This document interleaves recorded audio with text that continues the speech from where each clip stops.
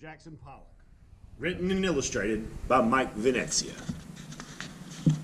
Jackson Pollock was born in Cody, Wyoming in 1912. He was the youngest of 5 brothers and grew up to be one of the greatest artists of the 20th century.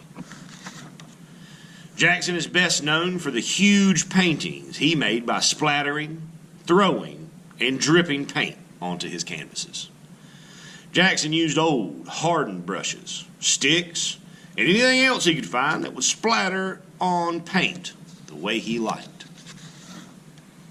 Jackson's style of art is often called abstract expressionism because Jackson moved around a lot and used so much energy while he painted. He preferred to call his style action painting. Jackson Pollock wanted people to feel and see the energy he felt while painting.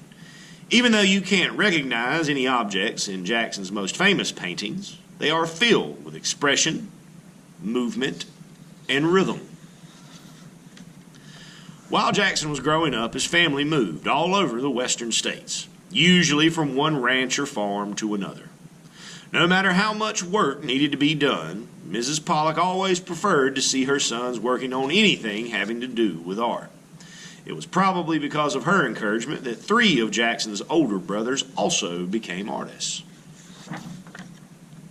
When Jackson was 8 years old, his family moved to Janesville, California. Many Native Americans lived in the area.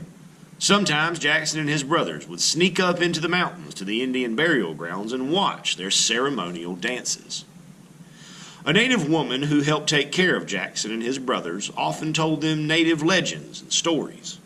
Years later, Jackson put mythological Native American creatures and symbols into some of his paintings.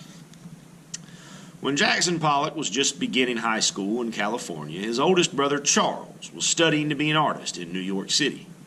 Charles often sent Jackson art magazines and wrote him letters about what he was learning. Jackson always admired his older brother's talent. When Jackson was 18, his brother Charles returned home for a visit. When it was time for Charles to return to New York, Jackson went with him. He had decided to become an artist too. When Jackson got to New York, he entered the same art school that Charles was going to and had the same teacher, an artist named Thomas Hart Benton. Thomas Hart Benton was already a famous American artist at that time. He was known for his large murals. A mural was a huge painting made to cover a wall or ceiling of a building. Jackson assisted Thomas Hart Benton on some of his murals by posing, mixing paints, and cleaning the studio. Jackson learned how large paintings were made and tried to make his paintings look like Thomas Benton's. But Jackson had a difficult time giving his paintings the feeling and finished look he thought Thomas Benton would like.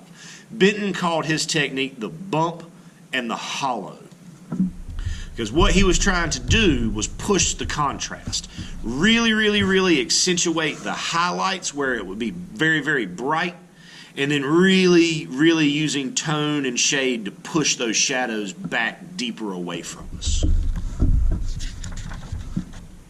Jackson Pollock always seemed to have trouble drawing things too. No matter how hard he tried to make his drawings look the way he wanted, he just couldn't. It was almost like his hand and his pencil refused to do what he wanted them to do. Jackson often became angry and upset, but teachers kept working with him because they knew how much he wanted to be an artist. The dark, gloomy look Jackson gave himself in the painting above might show how frustrated he felt. One day, Jackson joined the workshop of a famous Mexican mural painter, David Siqueiros, and his friends were experimenting with new types of paint and different ways of painting. They mixed oil colors with paint used for cars. They poured their colorful mixtures onto large canvases and spray painted different surfaces just to see what would happen. Jackson was surprised. He noticed that beautiful and interesting shapes were being created. Jackson thought that what he was learning at Siqueiros' shop might help him create his own artwork without having to draw perfectly. During this time, Jackson learned all he could from the artwork of other modern artists whose paintings were shown in museums and galleries all over New York. Jackson loved the mysterious, frightening, dreamlike scenes created by Jose Orozco in his murals. The strong, powerful shapes and symbols Pablo Picasso used reminded Jackson of Native American art and brought back memories from his past.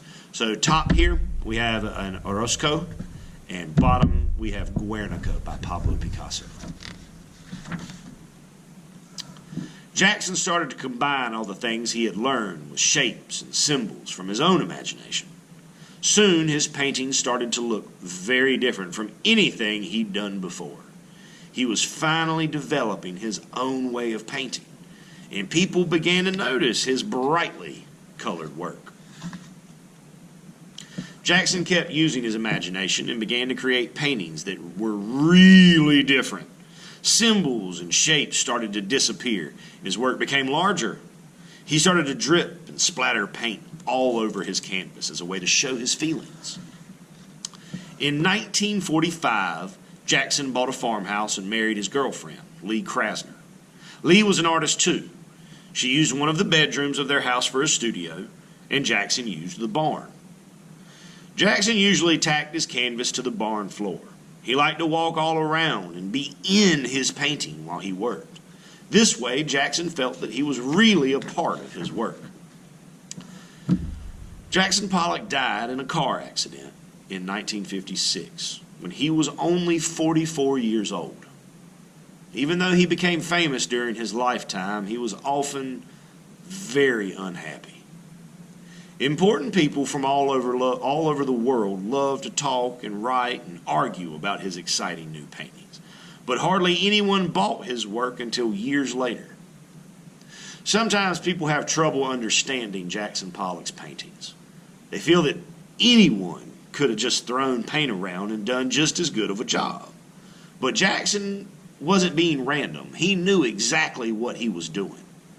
When you stand in front of a huge Jackson Pollock painting, you can get a feeling of being surrounded by light and color, movement and energy, and that is very exciting. It's a good idea to see Jackson Pollock paintings in person. The special feeling you get of being in an explosion of color and energy has a lot to do with their large size. The metallic and other different types of paint Jackson used helped to add to that feeling, too.